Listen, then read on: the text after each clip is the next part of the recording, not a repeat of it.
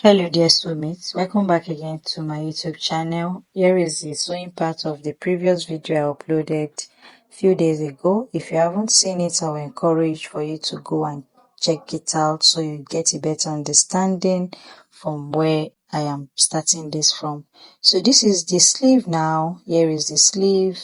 Like I said, I will be showing you details on how I make the sleeve and also the blouse, which is what we're about to go into. So here is into 4, as you can see is into 4, and this is the wideness of the sleeve. So it depends on what you want to, how wide you want yours to be anyway. So I'm working with a slim person, so I'll be putting pleats on the wrist area. So you just need to cut out, I have almost 12 inches wide, which is 24 inches in total, and then I'll be removing just 1 inches, and whatever you're removing, you know it will be times 2, so which is going to serve as 22 inches in total for the sleeve. Now for the vertical length, which is the length of the sleeve, I'll be using 26 inches because I want it to be that long. And again, I'll be removing from the 22 inches, I'll remove just 2 inches from it. Remember, I already added 2 inches to the blouse I cut in the previous video, just as we used to cut boo gown. So now the length is 24 inches now, and then where I will be starting the placket, where I will be putting the placket, is where I am measuring now. Just make sure whatever you're doing, it is the half of the sleeve you're making. So you just need to outline it. You chalk it like that with your tailor's chalk, and then when you want to insert it, it should be on that folded area. You can see the way I'm doing it. This is the folded area of the sleeve now, so I will just be fixing it up over there later on. So now I'll go ahead now and cut this out.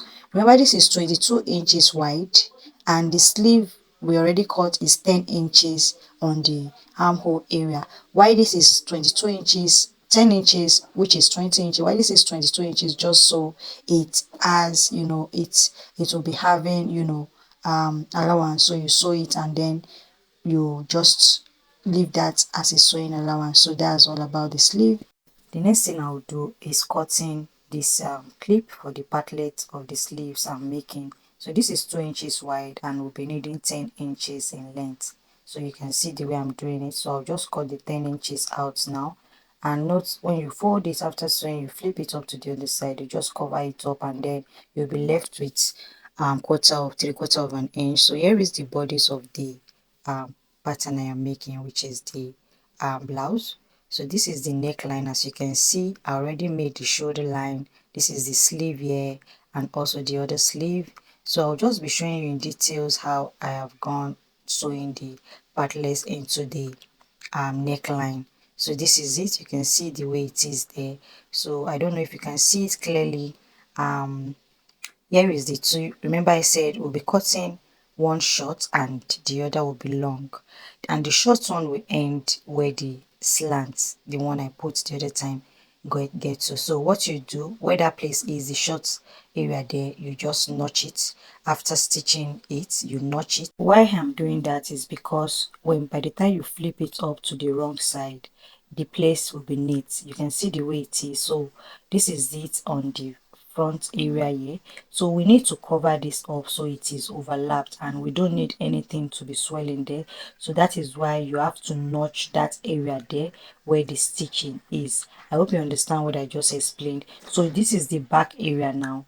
By the time you notch it, you can see the way I'm notching it. I'll just notch it close to the stitch and then you flip it to the wrong side so it can sit properly, and then the other half of an inch will be together with it, so you can stitch it down as well on the wrong side. You can see the way it is now. So I'll just flip it up to the other side, to the wrong side, and stitch it up. You can see the way it is there, so that here will be looking flat and invisible. The sewing will be invisible, and then you overlap it with this particular packlet here. This is the long one. You already stitched it together with it, and then you just take you do your top stitch and then you end it directly before the sewing, before the starting of this shorter one. I hope you understand what I just did. So depending on how long you want it and how wide you want it to be, that is what you will be cutting as a slant.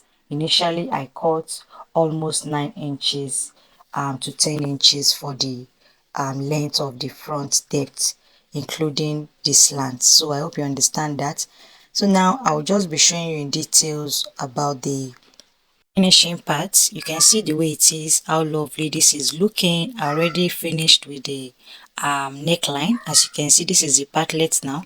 You can see that design already made, and also you can see the way the wrong side is, the way neatly it is done and tailored. So I'll flip it to the right side. Now you can see how neatly done this is. I top stitch it like I said earlier.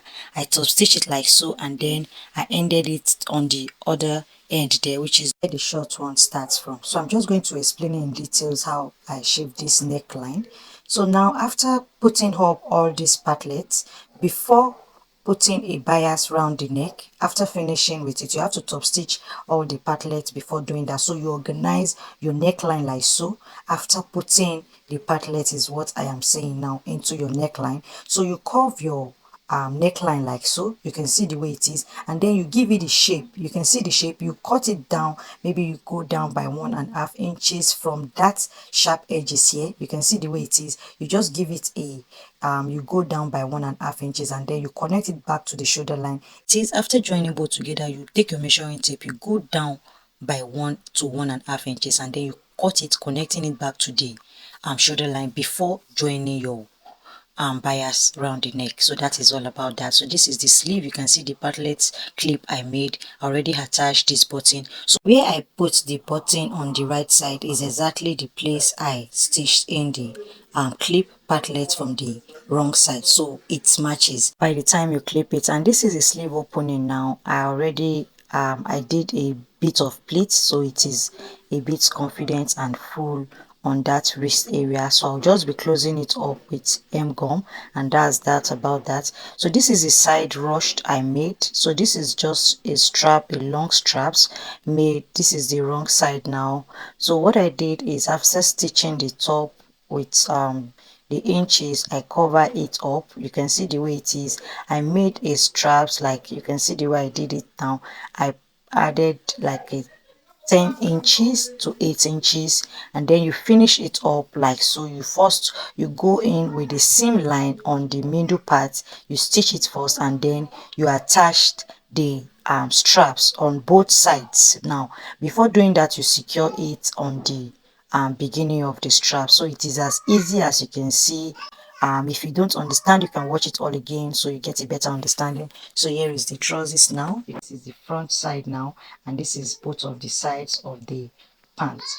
So how I did it, the first thing you do, you join both back and front together, which is the two legs, and then by the sides. So you finish it up from this front. This is the front. Now you go in by your hip, and then the allowance you want, which I already had it before, and then you stitch it. Now from this end, you start measuring the to the hip line, and then you connect it straight down to the crush line. You can see the way it is. You may end up having excess on the back side. That is why the back side is always the last to stitch. So after joining that, then you do the two legs closing to connect to the crush line, and then you finish it up with the other leg closing. So that is all about that. So now remember that 3 inches we went down with, you can go down by 4 inches depending on the length of fabric you're having. So that is where I'm going to be stitching and adding the elastic band.